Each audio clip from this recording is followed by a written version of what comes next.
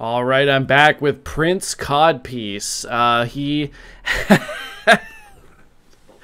dominate the planet. So let's head on in with Prince Codpiece here. Hello everyone, my name is Grayson and welcome to more Age of Wonders Planetfall. I know some of you have been waiting for this. I know it's been a while since I put some Planetfall out. In fact, I haven't played this game since April as of the recording of this. I am recording in October. This will probably come out in November. But I am hard at work on my Spooktober stuff, which as I'm speaking hasn't even started premiering on YouTube. So I hope that some of you went and watched some of that stuff. I had a lot of fun doing that. But we're not here to talk about that. We're here to talk about Age of Wonders Planetfall, which is still by far my most watched thing I have on my channel. I stopped doing Planetfall for a bit. I was feeling a little bit burnt out. I wanted to branch out and do a bunch of other games. I did some puzzle games, some creepy games, some shooters, some other roguelites and RPGs and all sorts of other good stuff. Some of you really enjoyed watching those videos. I got a lot of great comments, and there's a lot of you that I recognize. I see all the time, you know, watching my videos. But Planetfall was far and away my best series, so I'm going to go back and do some more of those. I realized as I was talking about it on the subreddit the other day that I have hundreds of Planetfall videos on my channel. Hundreds. It's ridiculous. I have so many Planetfall videos. Many hours spent in Planetfall. Still a great game, and I am hoping so much that we get a Age of Wonders 4 coming out from this studio, Triumph Studios. I know that they are working on something, and I know that Paradox, you know, which bought them, has largely left them alone, but they haven't been dissolved or anything. They've just been quiet for a while. You know, it's been like 2 years since the last expansion for this came out, so something's going on there, and I'm hoping that it's another game like this. I hope they take a lot of what we loved and a lot of what we learned from Planetfall and put it into an Age of Wonders 4.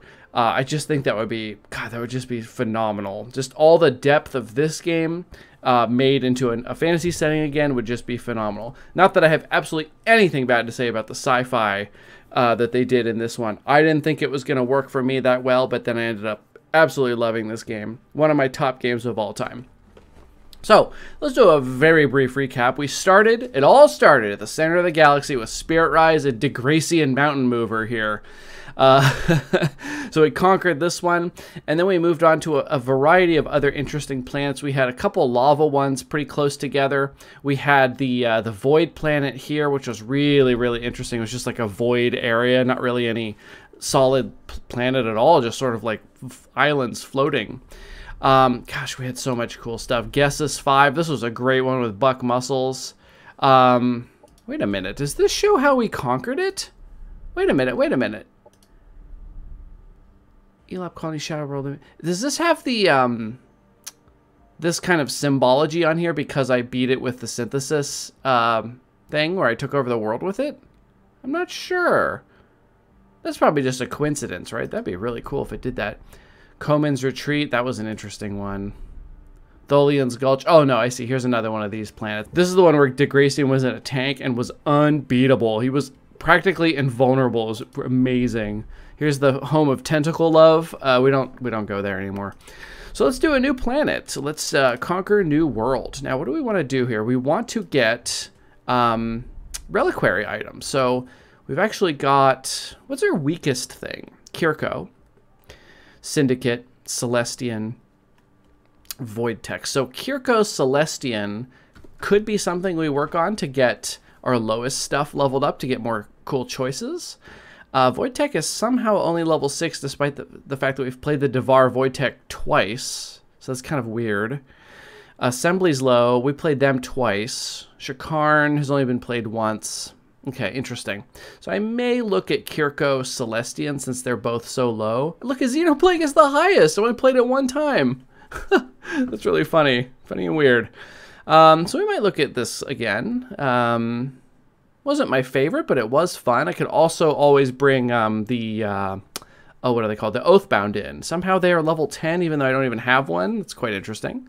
Hall of Heroes. Yeah, we have all of them turned on except for Tarvok Skybound because Kirko Celestian heroes get very poor level up choices in terms of affecting the rest of the battlefield because, like, I don't have any other bugs and I don't have Swarm Shield stuff. I don't have any other Celestians, the Enlightened buffs, the what else do you get? It's a handful of stuff that just doesn't work. So I felt like he was the worst hero out of the pack to have a recruitable. Even Father Bill is a little bit difficult, but he does have some interesting things like Skitter and the spray attack and stuff like that. So Reliquary, we have a fair few of these at this point. I was looking at this earlier. I have from here to here not unlocked yet. So these are all locked. I have to find all of these. But I do have some of these pretty good ones up here.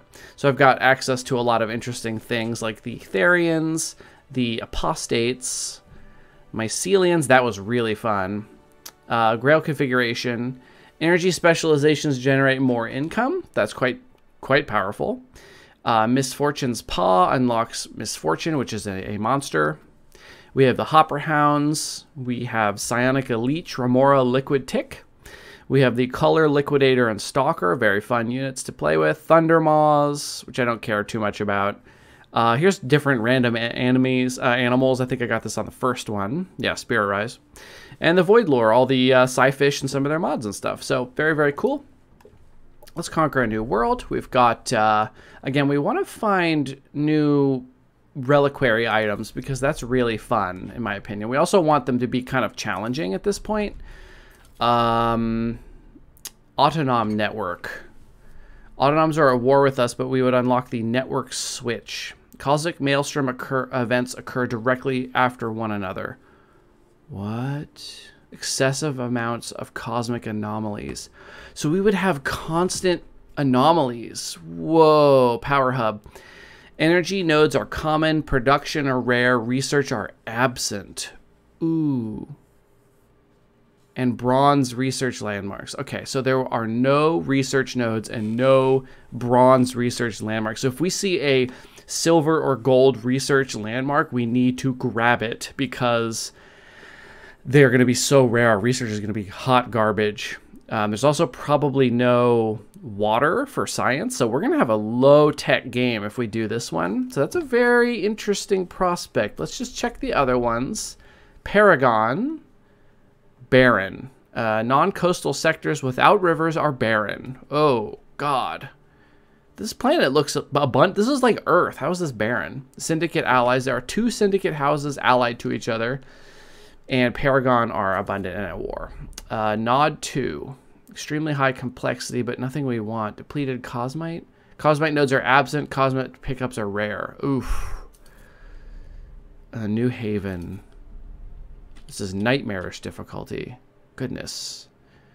I want to do this one. It's only a medium complexity, but this sounds pretty fascinating to have these constant maelstroms. Let's go down to 6 players. Just take a little bit less time. Game intensity normal.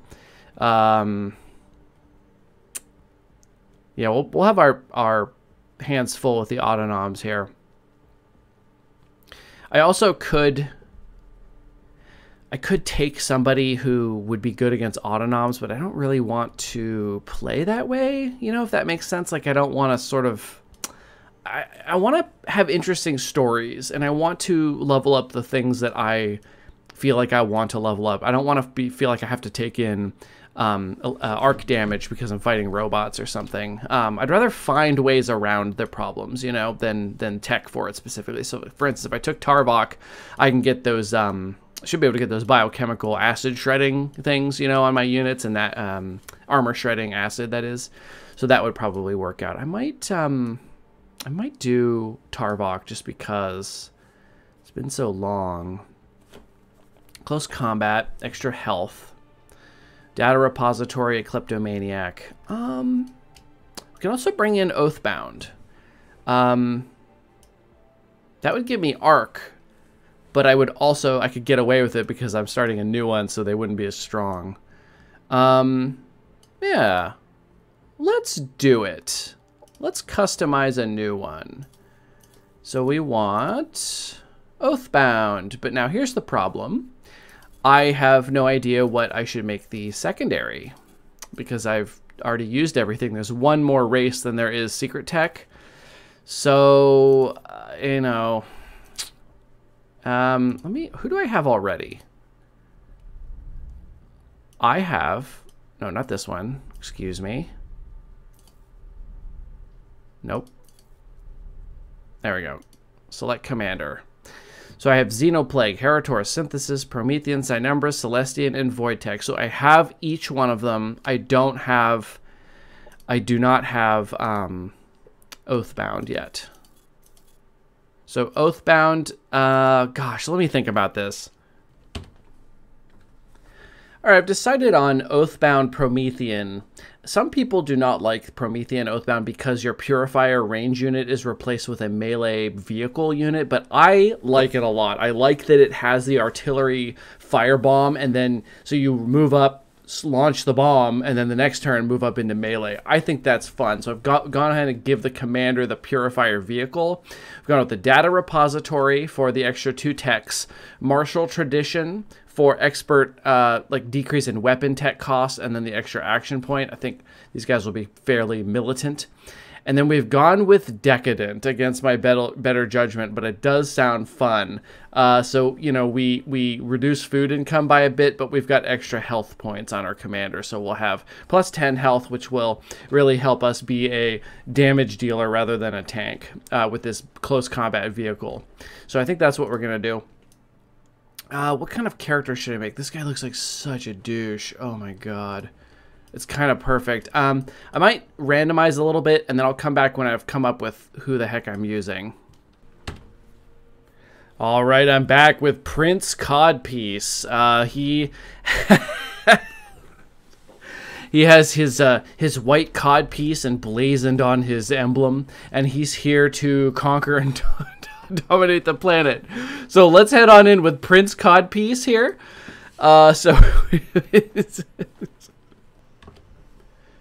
Takes me longer and longer to pick units every time. Look how many choices I have. Oh my god, so many choices. What the hell? Okay, I'm finally set up here. I've got Prince Codpiece. He has engineers from the Vanguard to support his mech army. He has pet arboreal sentinels that he's raised to take to battle with him. These are his personal pets that he brings with him. And then he agreed from a delegate from the assembly to bring on electrocutioner squires with him to learn the ropes. So that's why we have some of those. Operation-wise, we have Breach Protection Protocol, a tactical operation that gives 4 armor for 2 turns and heals a unit for 20. This is a nice get-out-of-jail card for your melee troops when they're get in there too close, take too much damage. You can give them some health back and tankiness so that they can keep fighting. I have a doctrine here that gives strength to all operations. In addition, strategic and covert operations are now cheaper, so we can launch those fire bombs on our pesky enemies and has a higher chance to succeed. And Factory Overdrive, which is just an all-around good one. 30 extra production, but -4 happiness in a city. Pays for itself. I think I figured out in a couple other series that this is essentially, like, yeah, you have to put people into happiness, but this is essentially, if you consider the negative happiness and the upkeep of it, it's worth like 2 citizens worth of value, but the output is like 5 citizens or 6 citizens worth of value. So it's sort of, at almost all points in the game, it's giving you like 3 to 5 extra citizens worth of value. So it's really good. I think it's really good. It just takes a lot of time to get this going on all your cities. And then for mods, we have the Guardian Demon Shell. This is a pretty good all-around cheap mod because it makes units harder to hit with range attacks. So you put them on your melee troops, or actually even your backline troops, and they're just harder to hit with range while they close the distance. And it gives +1 armor. It will also make units integrated so that they can be considered like... They can be affected by things that affect machines sometimes. There's some nuance to that, but enhanced limb augments. I mean, what would be a better mod for Oathbound than making your squishies into actually just mechs? So this gives infantry and battle suits get fast movement, 2 kinetic resistance, and 1 armor. That's fantastic on our melee mechs. And Ironbreaker, again, this one really is just a very good mod for tier 1. It bypasses 3 armor and gives you 10% increased damage. So for a lot of units, especially early game and even tier 2 units, you're going to be doing 100% of your physical damage to them because they're not going to have any armor. And so when you're doing melee, that bypasses shielding anyway. So a lot of enemies basically have 0 defense against your melee attacks when you have this on. It's pretty damn useful. You can see, you could pop the 3 of these things on my tier 1 like pikeman unit that I get as the Oathbound, and they would be monsters. They would just sprint into battle, taking no range damage, and then beating the absolute hell out of anything that they come in contact with. Pretty fun.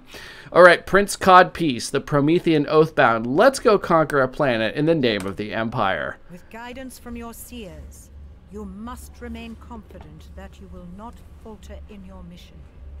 Battlesuits piloted by the elite and just paladins under your command will inspire your people and strike fear in the minds of those that would threaten your kin. As Oathbound, you have enjoyed a perfect society in isolation. But now, it is time to enlighten those who have fallen from grace in these savage times. Yes, enlighten them. 60% water, 40% land. Now, I think we're on a special... Like, I don't think there's any water on this planet, was there? What the hell planet am I on? This is the one with the Oathbound, right? Or not the Oathbound, the Autonoms that hate me, right? Hope so. Or I've made a mistake. Ooh, looking good. Okay. Let's take a look at what we got going on. Aha, there it is. So we're at war with these guys. Yeah, we're at war with the Autonoms, and we have a bit of arc damage, so as the Oathbound, so we've got some countermeasures for them. I think we'll be spending a lot of the game fighting them, I assume. Now, I've never played Oathbound in my Galactic Empire. I have as part of my very first series I ever did, like 2.5 years ago, right after this came out. It was like a month after this came out. But I had like crappy audio, and I wasn't good at editing, and generally being interesting, I think. So I will briefly go over the units. We will jump into a fight so that we can get some combat in the first episode, or else people will get mad and say that I should have had combat in the first episode. And then we will call this episode there, and we will come back and continue developing our empire in the next episode. So let's take a look. We have Prince Codpiece in his... Damn, he looks good in that thing. Oh my god. The only problem is you can't see his Codpiece when he's in this thing. But look at his blades. Hot damn! And he's got an entropic revolver. I don't know where he shoots that from. Maybe he opens the front and just pulls a pistol out. So that's what he has. He's only level 1 because we've not had him in our empire. So that's kind of interesting. But he has decent resistances, actually. 4 for being in a mech. 2 for being probably base on this guy. And we've got 2 arc weakness because we're in a battle suit. We have status effect resistance of 6, which I think is the same as a tier 4 unit, I think. I think tier 1s are 0, tier 2s are 2, tier 3s are 4, and tier 4s are 6, I think, off the top of my head. Bunch of different bonuses in here. Thermal resistant plating. Yep. Immunity against thermal hazards and status effects. Ooh, thermal hazards. Okay, cool. We've got our well-fed. We've actually got a lot of health. 60 is pretty good. We could pop some mods on them right off the bat, which we might look into doing. So our basic unit is the Paladin Aspirant. They're pretty cool. They have a ranged single-action Volt Blast. Not great accuracy, but again, this is just something you do while you're trying to get closer. So these are just little guys running around shooting their Volt Pikes. They can get in and hit pretty damn hard here. High impact stagger, but it's a single action, but it does hit pretty hard. So 40 health, 2 armor. They're decent. And then they have like a bunch of extra bonuses, like they have evasion for each enemy that's close to them, and they have first strike, which is super cool. Their melee overwatch triggers before the target that triggers it acts, unless it's flanked, which is super cool. So they actually get to hit things before, like if you're in melee with them and you attack them, they hit you first. It's pretty annoying when you're on the other end of it, but there's not a lot of first strike in this game, so this ability isn't like super overpowered. It's not like you're going to see this on everything, but it is pretty cool.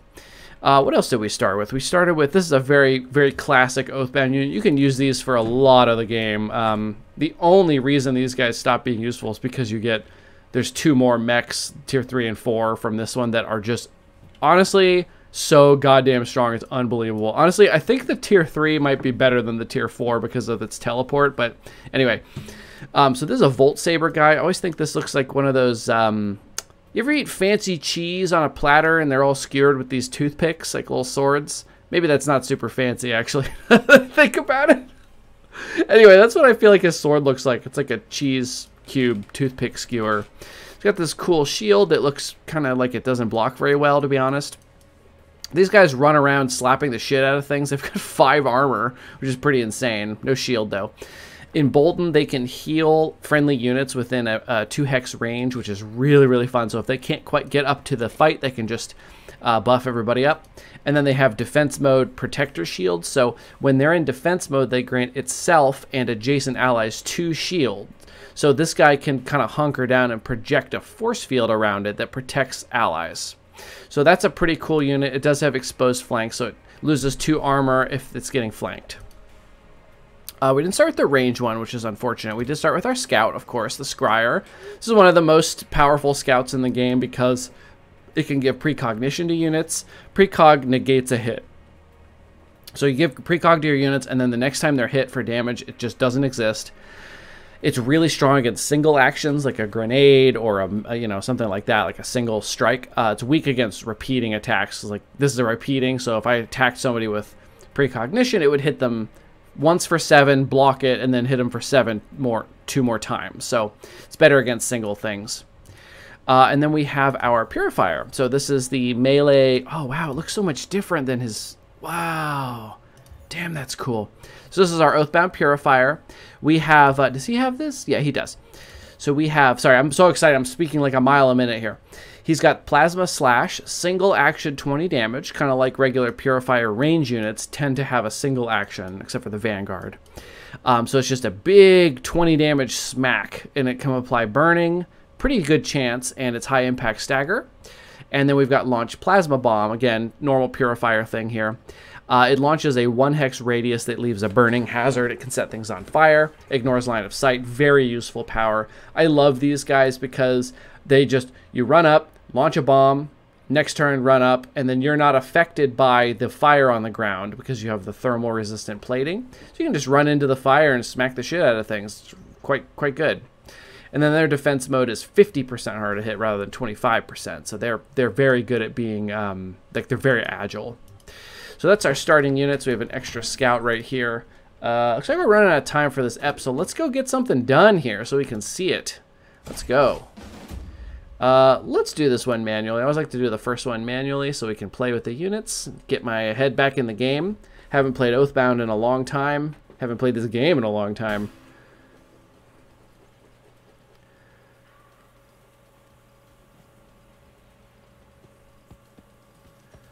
Ooh, is that a Echo Walker? Yeah, so they're going to duplicate. These guys blind to stay kind of split up. All right, Prince Codpiece, ready to go. So we can kind of, we can scoot up Unitent. That's funny. Scoot up, launch a bomb on these guys here. Let's go right here. I'm gonna burn away all the cover if I can. Oh, it's scattered. Dang.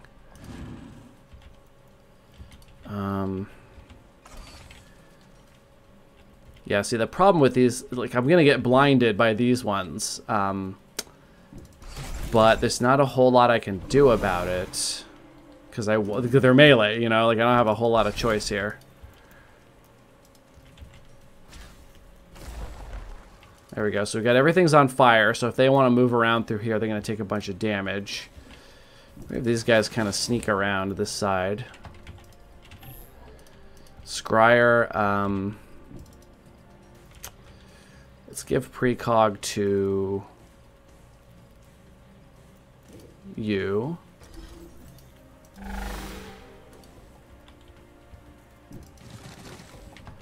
And you'll wait back here because I think they're going to scoot up with the... Oh, they have 2 Echo Walkers.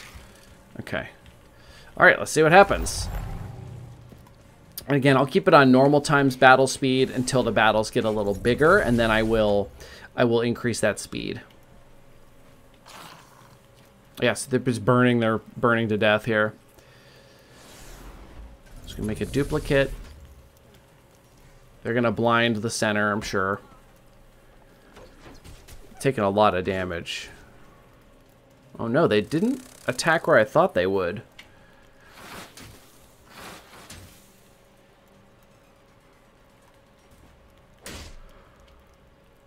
So the precog blocked the damage, and then we just kick the shit out of it. Operations available. I'll do it. Alright, so you guys are kind of in trouble now, aren't you? Just run up into the center and slap them. Oh, this is an AoE. Oh, that's terrible. I'm so sorry. Here we go. Oh, rip. Oh, no. I've got 3 shots here. Let's stagger this one so this one can do something. So let's take these. Yeah, that's fine.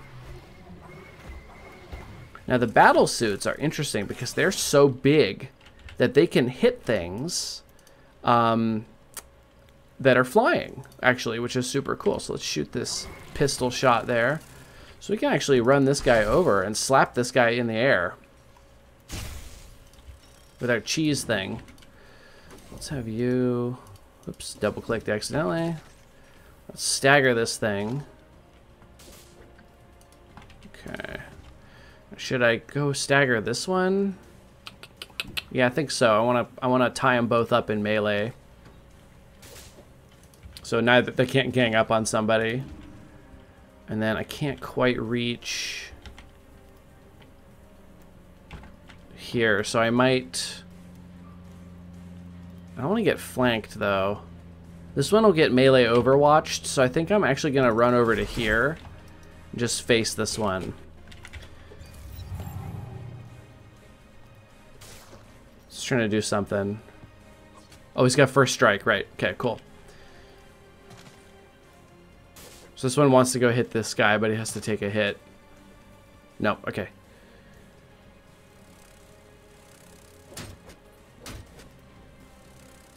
Oh no, I don't get melee overwatch for the flyer.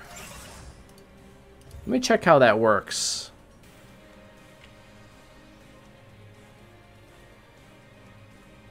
Can strike air, ground or air targets. Yeah. I don't know why I didn't get melee overwatch for that. Tell me in the comments.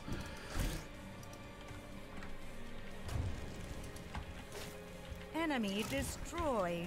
So what I want to do here before I end the fight is use this heal.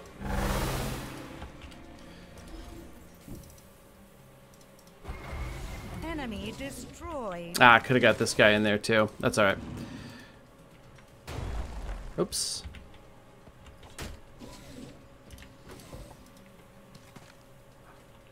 This guy must have been blinded or something. Only 50% chance to hit for whatever reason. Alright, cool. Minimal damage, level ups, gained a person at Walmsey Stormhold. That name is terrible. What should we name our colony? Yeah, I'm thinking something like Codpiece Landing. Yeah, that'll do. That will do. Okay. So let's just check out the text we started with. Frontier facilities, that's perfect. Magnetics, yeah, perfect, fine. Entropy must be... Right, we're going to start with a bunch of other stuff because we're leveled up in some of these other things. We will probably go through all of these in the next episode when we can actually open the science panel because you can't do it on the first turn. And I think we will call this episode here. We'll get some lay of the land in the next episode. I really wanted to squeeze a combat in so that there was a little bit of action at the end of this episode at least. So let's call this one here. We'll take a look at the world around us on the next one. Look at the so we've got one autonom dwelling here, but there should be at least one more somewhere. And here it looks like here's a city we can capture here. So yeah, this is Horse Beach. What? Okay, so let's call this episode here. I am excited to be back to Age of Wonders Planetfall. I hope you are all excited as well to see me do some wacky shit. So it's always fun, always a fun time. So thank you again so much for watching. Please like and subscribe if you have not already, and I will see you in my next episode.